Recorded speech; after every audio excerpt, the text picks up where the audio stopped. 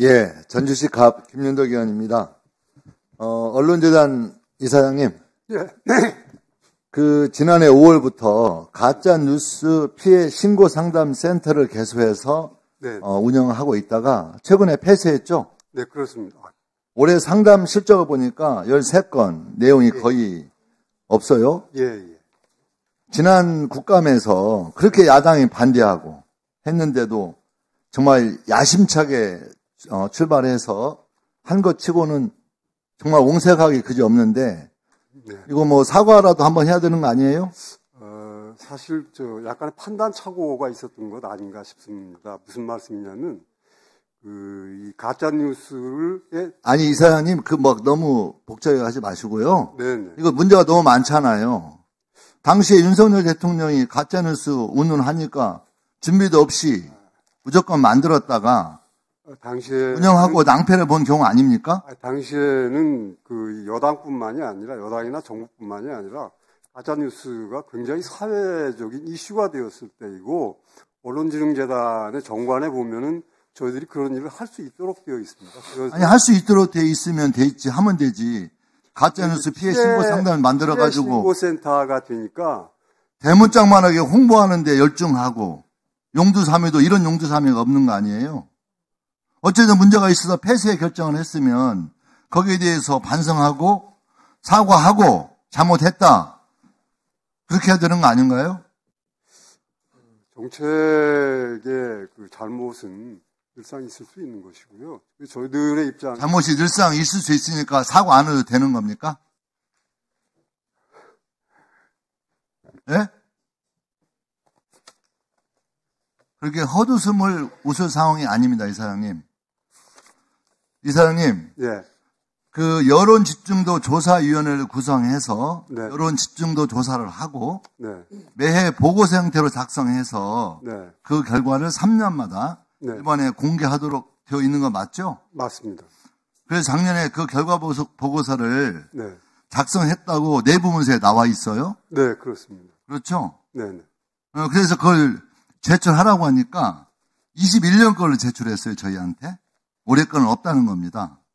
그래서 조사위원회 회의록을 제출하라고 했어요. 네네. 이 위원회가 예산이 3억 2천만 원이고 각계 전문가 10명으로 구성이 되어 있습니다. 네네. 화면 한번 보시죠. 회의록을 제출하라니까 블라인드 처리를 해서 제출했어요. 이사장님 잘 아시죠? 국회에서의 정원 감정 등에 관한 법률에 따르면 출석이나 감정의 요구를 받은 때에는 이 법에 특별한 규정이 있는 경우를 제외하고는 다른 법률에도 불구하고 누구든지 이에 따라야 한다라고 되어 있습니다. 예외는 국익에 따른 외교 국방이 하나는 겁니다. 여론집중도 조사위원회 외교 국방 관련 내용이 있습니까? 그런 건 없습니다. 왜 자료를 왜 이렇게 블라인드 처리해서 제출합니까?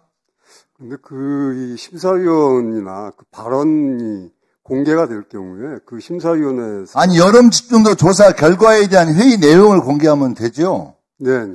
누가 이렇게 제출하라고 지시했어요? 이사장님 했습니까?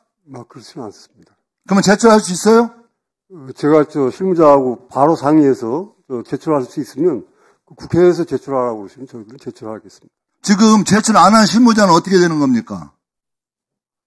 제출 안 하고 버티다가 국정감사장에서 국회의원이 질문하고 떠들어대니까 지금 답변이 이상하잖아요. 지난번에 디지털 뉴스 리포트 2024 코리아판 우리 돈으로 1억 3천만 원 들여서 한 건데 그때도 난리가 났었죠. 이거 제출해 주십시오. 위원장님, 이 문제에 대해서 작년에는 정부 광고 지출 내역 거부하고 담당 임원이 일본으로 도망갔어요.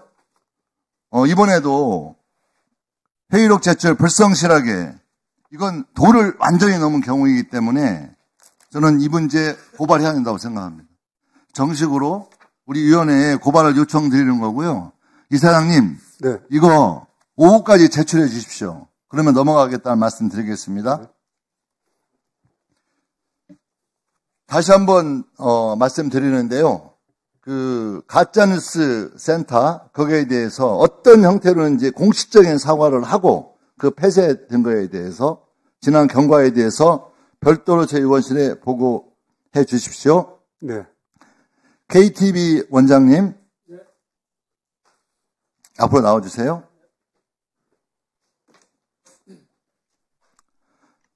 그 저희 의원실에 그 내부 제보가 들어왔는데요. 네. 대통령 부부와 김건희 여사의 유흥을 위해서 KTV 예산이 도둑 맞고 있다는 겁니다. 그 아주 자세하게 기술되어 있어요. 네. 정확하지 않은 제보인 것 같습니다. 2024년 6월 20일 열린 차별과 편견을 넘어선 힐링 소록도 작은 음악회에서 네. 108주년 기념한다고 했으나 다행히 김건희 여사는 참석을 안 한 걸로 있어요. 근데 제가 이 제보 내용을 보면서 굉장히 수상한 점이 한두 군데가 아닙니다. 어떤 점인지 말씀해 주십시오. 이 공연에 관련된 사업이 굉장히 조급하게 진행이 됐어요. 그래서 조급하게 진행되지 않았고요. 원래 그는 제가 5월 20일 날 발령을 받았는데 6월 20일 날 했습니다. 그 전부터 이미 기획이 되어 왔었습니다. 원장님, 잠깐 제 얘기를 좀 듣고 말하는 게 좋으실 것 같아요. 알겠습니다. 네, 죄송합니다. 네. 지금 KTV 이번 행사를 진행하는데 쪼개기가 의혹이 돼요. 2천만 원짜리, 5,500만 원짜리. 쪼개기로 수익 계약한 적은 없습니다. 이 행사가 천재지병, 감염병, 이런 긴급한 수해, 이런 긴급한 행사였나요? 아닙니다. 원래는. 아니죠? 네. 그래서 이게 실제 이 두 계약이 전부 다 6월 10일 날 계약이 추진되고 6월 14일, 4일 만에 계약이 체결돼서 지출 원인 행위까지 결제가 일사천리로 다 끝납니다. 관련 규정에 맞게 진행을 했습니다. 그러니까 우리 의원실 의심하고 있는 것은 네. 대통령실에 김건희 여사와 관련된 황제 관람과 연동되어서 이 행사를 긴급하게 조급하게 준비했고 여기에 따라서 사실이 아닙니다. 네, 그러니까 이 문제에 대해서 정확하게 해명을 했으면 좋겠고요. 네. 그다음에 이 현재 그 지시를 받아서 이 콘서트를 지휘한 사람이 현재 대통령실 홍보기획 비서관이자 오늘 국회 증인 채택하셨는데 지금 나오지 않은 최재혁 비서관이거든요. 전혀 맞지 않는 말씀이시고요. 우리 내부에서 기획을 했고 제가 그거를 주도적으로 원장님 네. 답변하실 때 네. 너무 적극적으로 하시면 더 의심받아요. 아닙니다. 적극적으로 아니고 네. 사실만 말씀드립니다. 네. 그러니까 이 소록도 문제에 대해서 네. 어떤 진행 과정에 대해서 문제 내용들에 대해서 보고해 주시고요. 네. 지금 이 같은 행사를 갖다 4일 만에 일사천리로 뭔가가 빨리 쪼개기로 해서 진행된 건 상식적이고 합리적으로 의심이 든다고 저는 생각하고 있고요. 네. 이걸 정확하게 아니다라고 말할 게 아니고 구체적인 내용을 가지고 해명하면 되고요. 네. 이 해명 자료를 제출해 주십시오. 네, 알겠습니다. 예, 마치겠습니다. 네.